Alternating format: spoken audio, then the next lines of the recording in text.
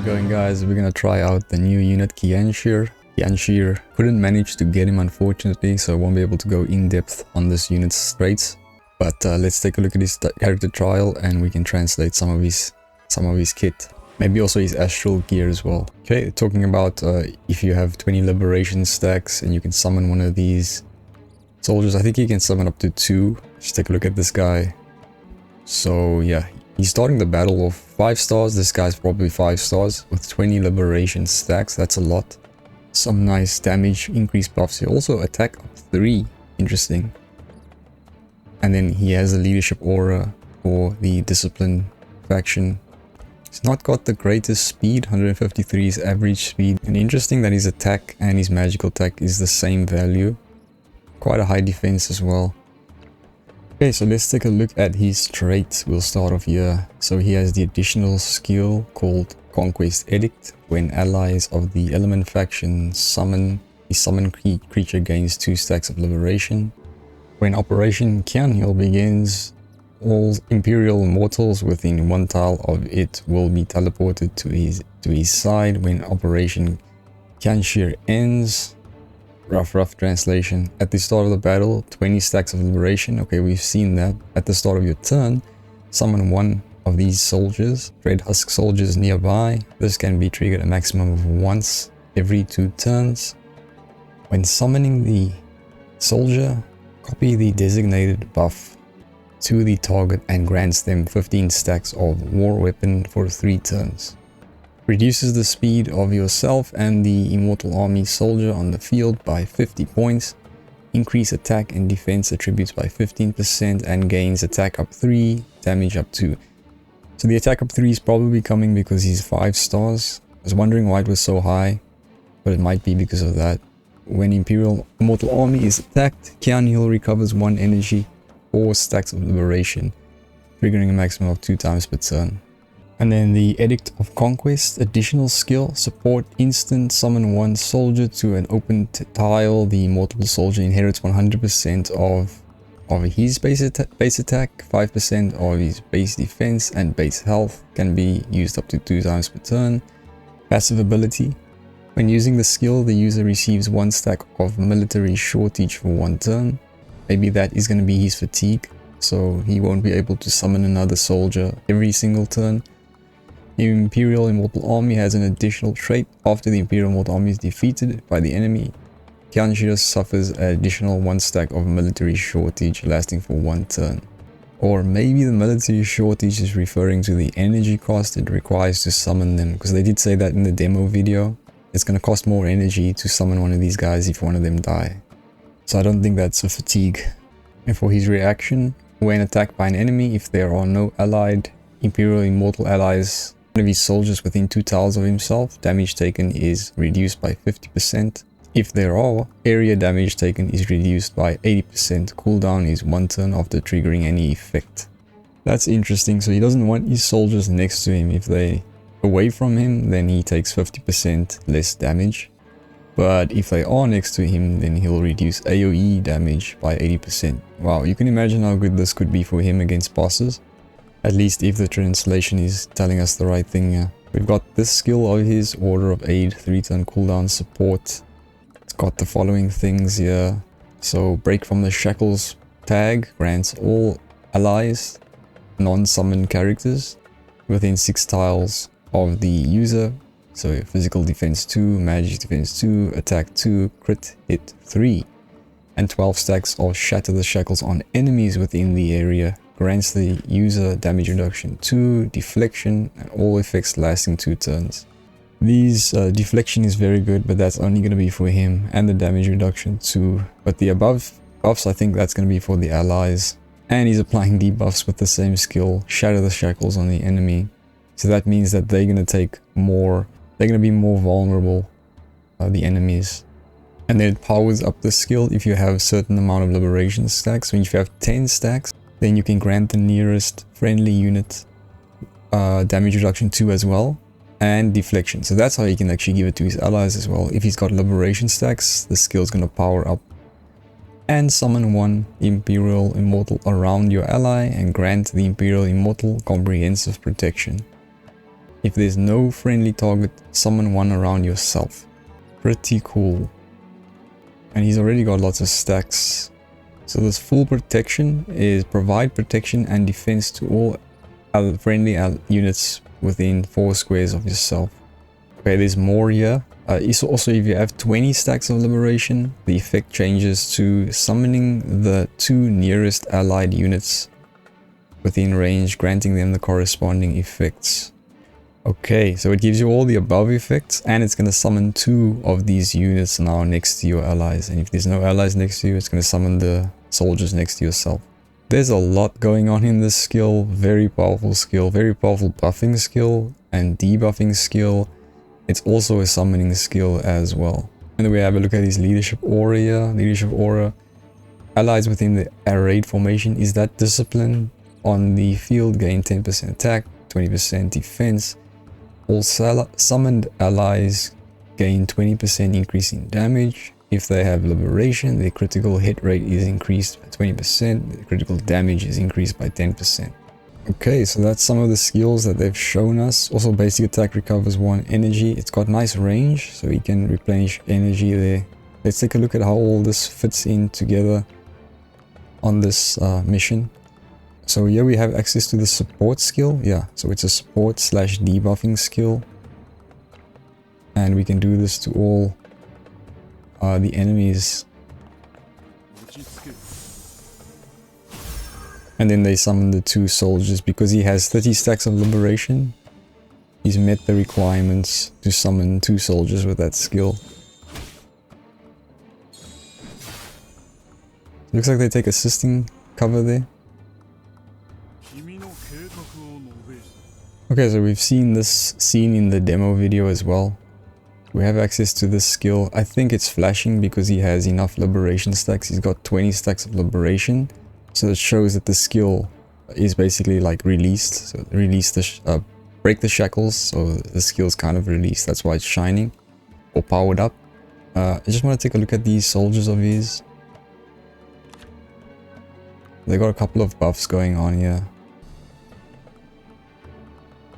He's providing a certain amount of stacks to these units, and then if they have a certain amount of stacks, then it's gonna give them extra effects there. I don't understand what it's saying.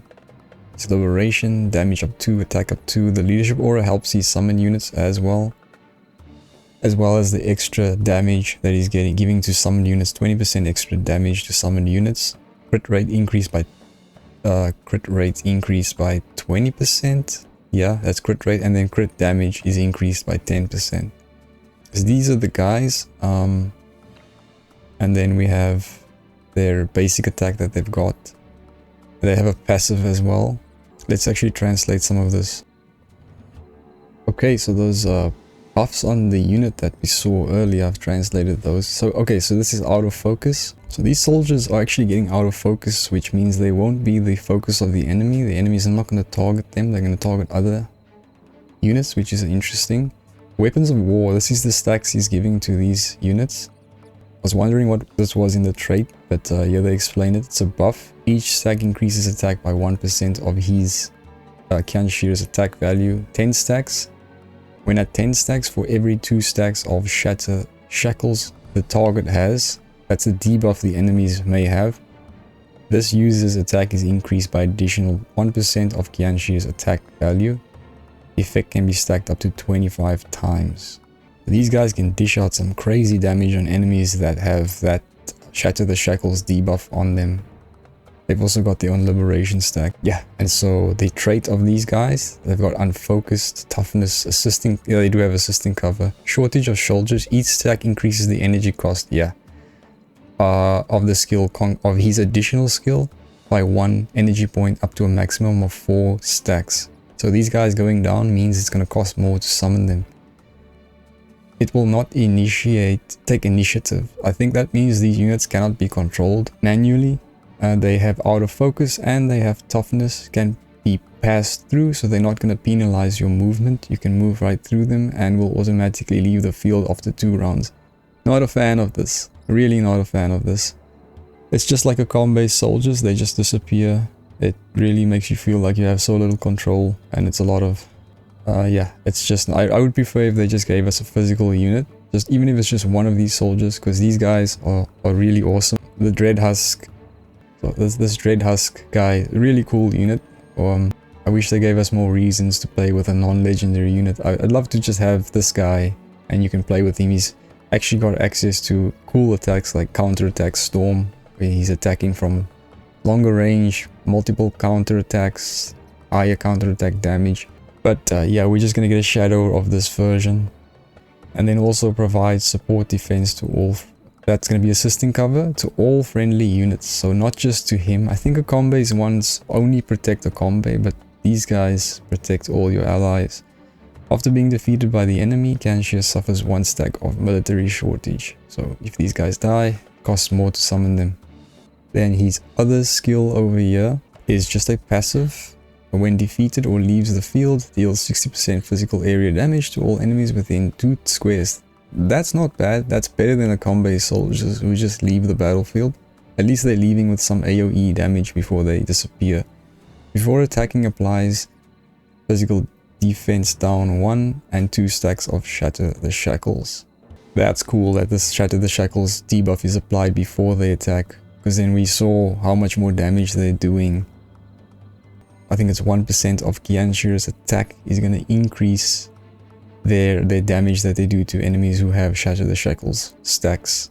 Up to 25 stacks for 2 turns. Also deals penetrating damage, piercing damage equal to 1% of the HP of friendly summon units within range, granting them 2 stacks of war weapon for 3 turns.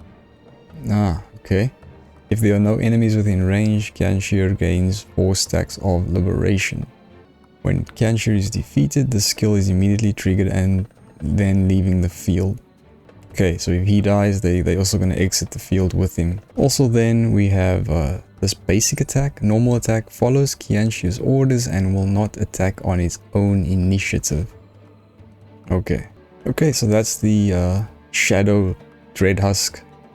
And then, so now, I guess they want us to summon soldiers. We can summon 2. First one costs 1 energy. It's going to cost us 1 energy. We can summon 1 there. And then we can summon another one. It is instant, but this one costs 2 energy. So he has this debuff they're referring to in his trait that's going to increase the energy cost of summoning these things. Okay, not sure what I'm supposed to do next. But we can use this skill again. Powered up, gives us the buffs, the enemies the debuffs. Let's see what happens. And we summon 2 of these guys because we have 20 stacks at least. So see, they just do their own attacks like that. You can't control them.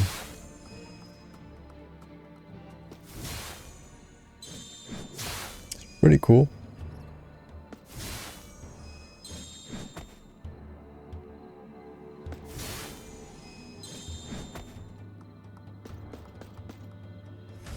Yeah, I guess it's not as bad as I thought, you know, even though you can't control them and things. It's pretty cool. They can at least move around, unlike Akombe's soldiers who just, you know, they're just stuck wherever they are and he has to sort of reposition them with only 1 skill.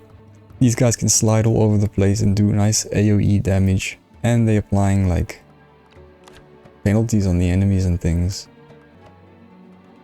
Okay, so we have his basic attack. Nice when you have a range for your basic attack, and then it's going to recover 1 energy as well. You can summon another one of these guys. And we can actually summon another one for 3 energy this time. So he doesn't want to be within 2 tiles of these guys. If he's within 2 tiles away from them, he takes 50% less damage, if I'm not mistaken. But if he's close to them, he takes 80% less AoE damage. That's kind of interesting. So we can actually recover 1 energy with his basic attack. That's so cool. That you have a range basic attack and you recover energy with it. While he has nothing to do, you know. And so these guys just do their skateboarding.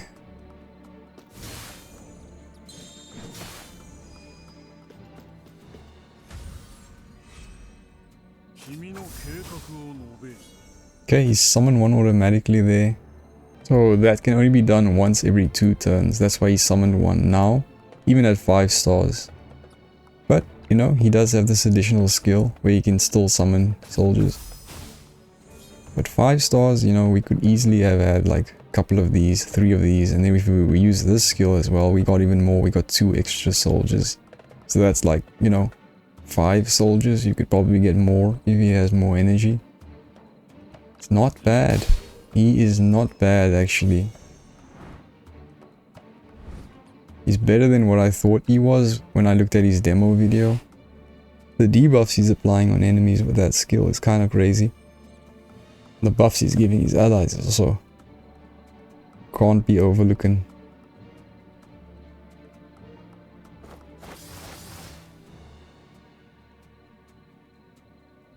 Yeah, what do you guys think of this? I think he's gonna be good for other summoned units.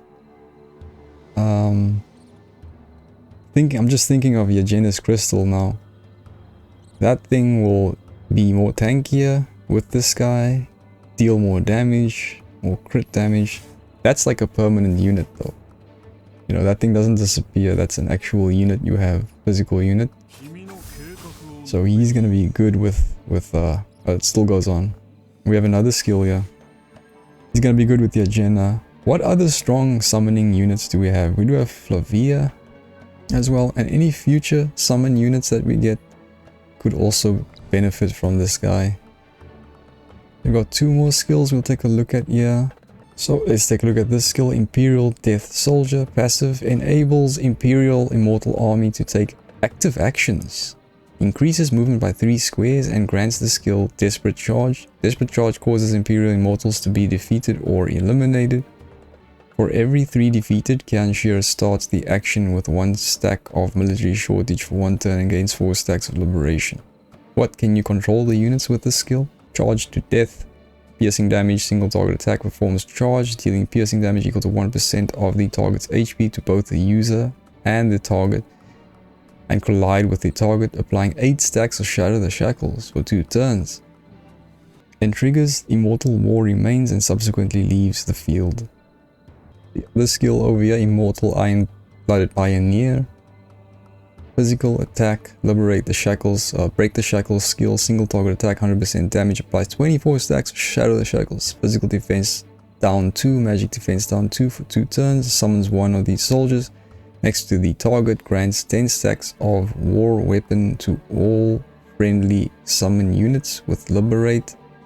Remember, this war weapon is going to increase their damage to enemies who have the Shatter the Shackles debuff within 1 circle of the target for 3 turns, then attacks the Imperial Soldier within range and the summoned soldier, causing it to trigger Immortal War Corpse, then leave the field. If you have the following liberation stacks, if you have 10 stacks, summon an additional soldier, 20 stacks, summon 2 soldiers.